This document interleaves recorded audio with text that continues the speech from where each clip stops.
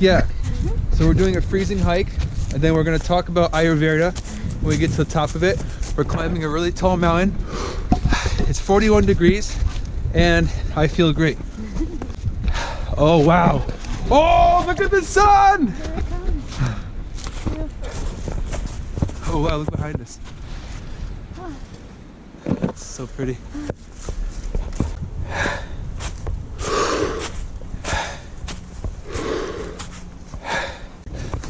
Pache Mama! You know what Pache Mama means? What does it mean? In Peru, they call Mother Earth Pache Mama. I thought it was. And they worship, they worship the earth. It's a bunch of like chants and stuff they do for Pache Mama. It's sick! Oh yeah.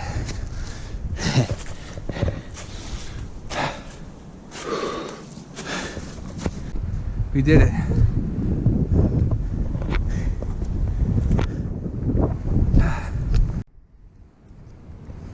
Cool. So, let's talk about Ayurveda. Alright, so let's say somebody has no idea what Ayurveda is. What do you say? So, okay, like my elevator pitch.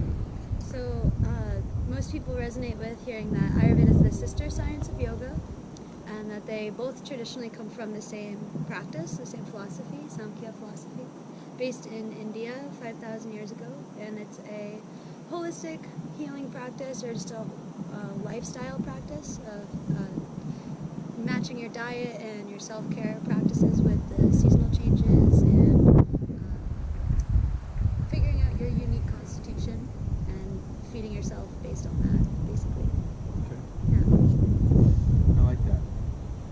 And there is 3 doshas, right? Yes. So. What does each one mean?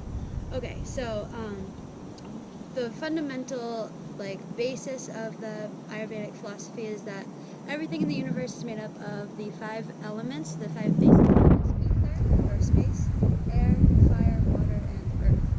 And those 5 elements break up into 3 main energy types, and I usually say kind of like the Pokemon types. Yeah. So the doshas, there's Vata dosha, which is a combination of ether and air.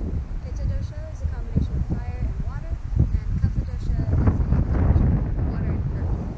And those 3 doshas are constantly shifting and changing. Everybody has all 3 doshas within their body. Each season is linked with a dosha, the times of day, and the stages of life that you're in are linked with the dosha. Yeah. I like doshas. What's a little bit of background on you? So that Oh, right.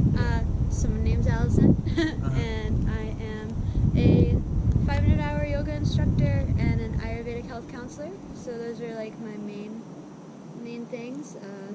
Also a Reiki level 2, and I've been teaching since 2013, basically. I've been studying yoga and practicing yoga since I was around 10 years old. Also, a trained chef, so passionate in the vegetarian, vegan diet mostly, but since studying Ayurveda, have kind of experimented with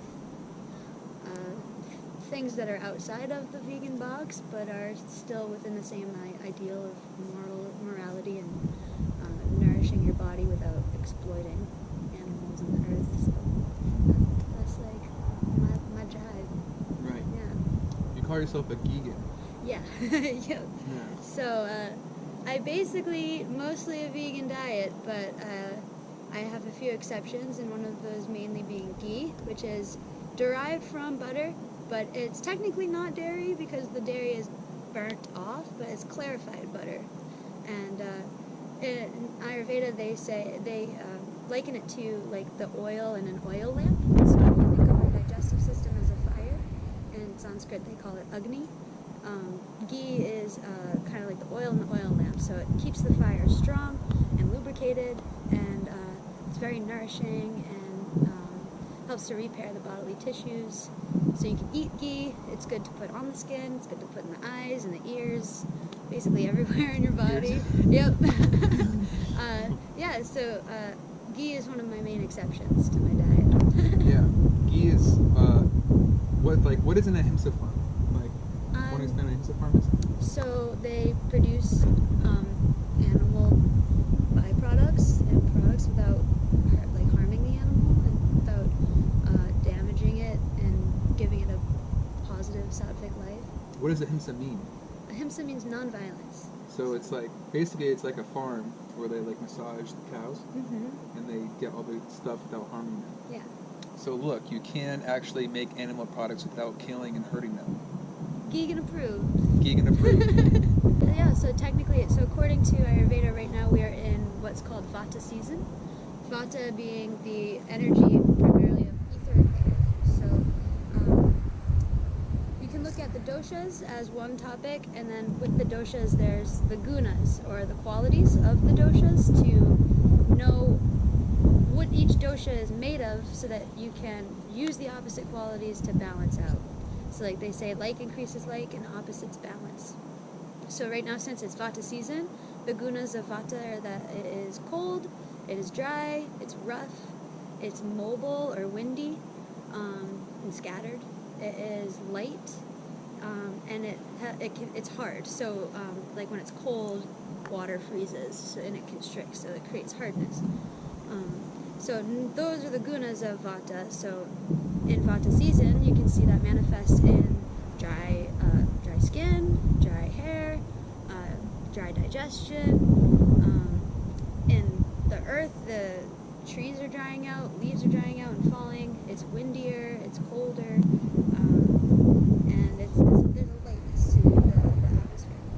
So that can also manifest in the mind, creating like a windy kind of thinking. So scattered, disorganized thinking, insomnia, because of the lightness, it's hard to fall asleep at night.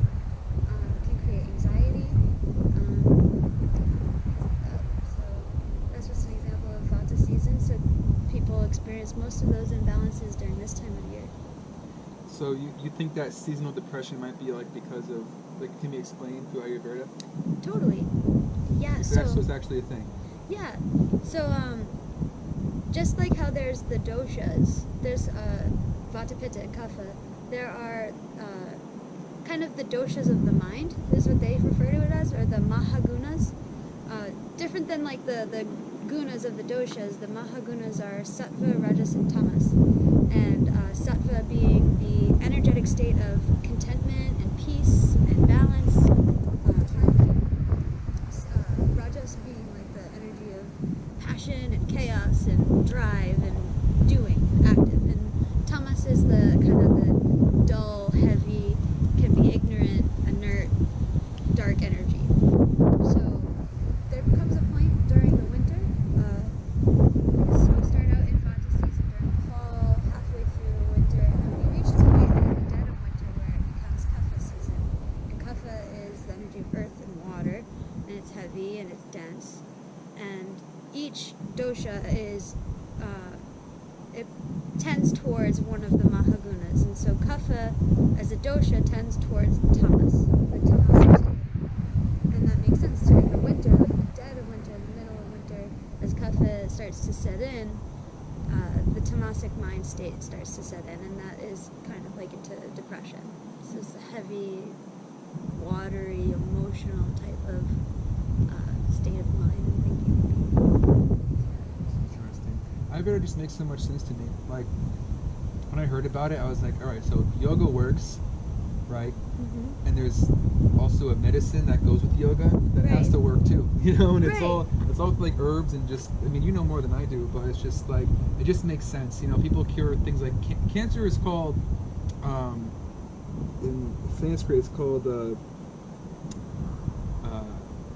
shit, I forget what it was. I saw it in a documentary once, but they regularly cure it. Cancer's like, oh yeah, you have this, here, take this for 3 months and you'll be okay. Yeah. And it's like nothing. Right. And here it's like the end of the world. Puta, they call it puta. Puta. P-U-T-T, I think it's called puta. Yeah, they just like cure it, like, diabetes, you know. Yep. Yeah, all that shit. Yeah, it's interesting. And so like one way I describe the differences, the sciences to people and why they go hand in hand is that, like, if you have a strong yoga practice and you're trying to develop and deepen your yoga practice and reach enlightenment, this is why the yogis barely ate. They lived on breath and prana, basically, because the food you eat and the hobbies that you have, everything that you take in through the senses is considered food, and it influences the mind. So if you're trying to deepen your yoga practice and go further in your yoga practice, your physical body is a gateway, and the food you eat influences everything. So if you're eating foods that are constantly going to bring you back to the starting point, you can't really ever progress in your yoga practice. So you're just constantly upkeeping something to just get, you're detoxing to retox again, if you're not mindful of the constitution that you have and what season we're in and what food combinations are bringing in balance to your digestion. So when you can develop that diet and lifestyle awareness, then your yoga practice and your enlightenment starts to become more attainable. That makes a lot of sense. Ready to go back down? You're freezing? Put a shirt on. I said, put a shirt on. What do you think it's summer? There's a quarry. It's a quarry, kid. Don't go down there. They might blow you up with a dynamite. You gotta watch it. Maybe you should move to Bahston. What are you, crazy? Cut it out, will ya? Look at that beautiful bird right there.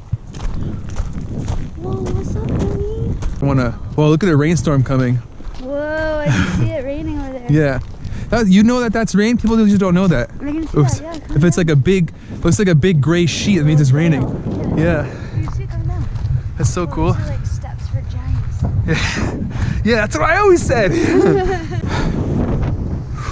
Wow, that's a beautiful view of the lake. Look at that. That's a big lake.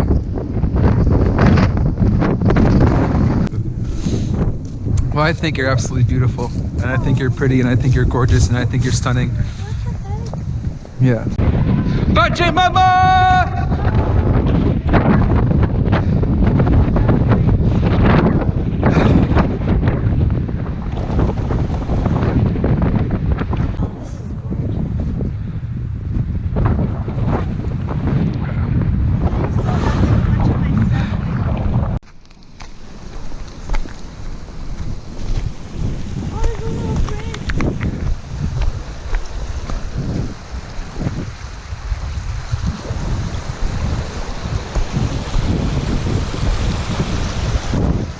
Where'd you find that?